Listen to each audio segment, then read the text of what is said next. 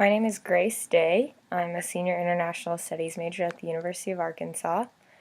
I found my painting at Crystal Bridges in Bentonville, Arkansas, and my painting is called After the Flood by Joseph Paul Vorst, and it was painted in 1940. Vorst was a German-born artist. He studied art in Berlin at the National Academy and the Folkwang School in Hagen. His studies were interrupted when he had to serve in World War I. He left Germany and moved to St. Louis, Missouri after the war in 1930. This landed him in the United States during the Great Depression, where he was strongly influenced by the painting style of regionalism. This piece of art is a representation of sharecroppers in Arkansas during the Depression. It shows how flooding and drought had ruined the land and the consequences that would have on a sharecropper and tenant farmers. Vorst used his art to depict the struggle of agricultural workers in his time period. The artwork is covered in organic shapes with the bending of trees on the edges of the painting. Some of the more distinct features are the forms of the trees closer to the forefront of the painting, as well as the characters or people situated centrally. The colors value that make up this work are dark, especially on the outside border. This includes brown, black, and dark blue. The people are dressed in dark red and brown, but there is a white background surrounding them in sky and ground, and their baby is wrapped in a light-colored cloth. The most distinct texture seen is the ground under the main subjects, which appears cracked, dry, and broken. The contrast in the painting's values, creating a lighter value in the middle, draws the viewer's eye or the movement of the painting to the center where the emphasis is. This is where the central characters are standing. The proportion of the people is larger than the other objects that appear behind them, making them feel closer than the house or trees in the background. The painting is symmetrical for the most part, as there can be a line in the middle between the two main characters, allowing for equal elements on either side of them. This artwork clearly depicts the tragedy that is felt by the farmers. When analyzed through the lens of a Marxist methodology, it is evident that the ways in which economic factors influence the piece. For example, the broken barbed wire fence and the small shack house in the background.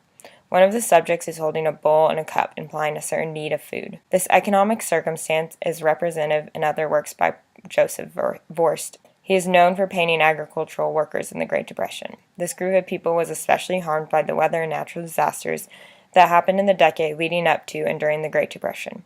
His work gives voice to those who did not own the farms, but instead the sharecroppers. This gives insight into the economic disparity between classes and in this specific painting, race as well. Joseph Paul Vorst was a part of the American realist modern art movement of regionalism. This American regionalism movement started in the 1930s and went into the 1940s. It was especially popular in the Deep South and Midwest. The paintings depicted small-town life in these regions. It often showed the economic hardships of these places in direct response to the Great Depression. This allowed for the movement to peak before World War II, most notably around 1935. These images could be positive understandings of the hardships, showing the region's resilience, or it could be that of pain. After the Flood chooses to show the economic hardship. Here it is showing Arkansas after two devastating floods that led to drought and the destruction of many crops. Vorst shows this devastation in other locations, but throughout the region and other works as well. Another aspect that shows the belonging of this painting to regionalism is its conservatism. The subjects are covered in clothing from head to toe. There is nothing provocative about the piece, even though it uses some shapes and lines to allow for less structure in some of the objects in the work. The overall painting is not abstract. The painting's realism is unique to American art at this time period. I chose this piece solely because I noticed it every time I was at Crystal Bridges. I loved the colors, and the sadness felt within the painting spoke to me in many ways. Once I started doing research on the painting, regionalism, and Joseph Paul Vorst, I was more intrigued. As a resident of Arkansas, I care deeply about the state and the surrounding region.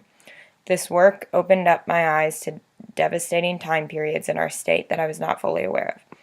The flooding of the Mississippi Valley in both 1927 and 1937 was a great tragedy to those who relied on farming for their income and hurt entire communities in the region. I believe paintings like this that tell the stories of people on the margins of society, black sharecrop farmers in this case, is extremely valuable. They can give us understanding of gaps in our United States history. We will learn about the Great Depression in school, but usually only in relation to how it affected white middle-class citizens of the country. The artists of our past had opportunities to tell other stories, though, than the mainstream history we still learn today, giving insight into a more rounded history. A history where every story matters and every tragedy matters. This is what I think originally pulled me into this painting and what kept me there to dig deeper and learn more.